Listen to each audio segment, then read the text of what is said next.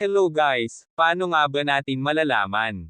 O saan natin makikita kung may violation ang mga Facebook videos na ina-upload natin tulad ng unoriginal content kasi hindi nagno-notify sa atin kung may na-violate na pala tayo na video. Una, open nyo muna Facebook apps nyo. Sunod, punta kayo sa Facebook profile nyo. Tapos pindutin nyo yung search bar icon sa gilid. Mag-type kayo ng Creator Studio sa search bar. Tapos may lalabas na Creator Studio. Pindutin nyo yan para mapunta kayo sa Creator Studio ng page nyo.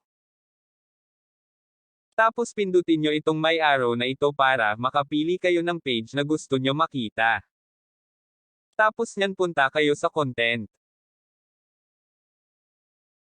Next, punta kayo sa feed and grid. At dito guys, dito nyo makikita lahat ng mga post nyo sa Facebook nyo.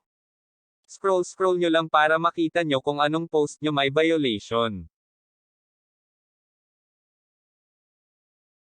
Tulad nito guys, may violation ako na music rights, isa din to sa dahilan na magkaka-violation kayo ng unoriginal content. At di alam anong video ang may violation.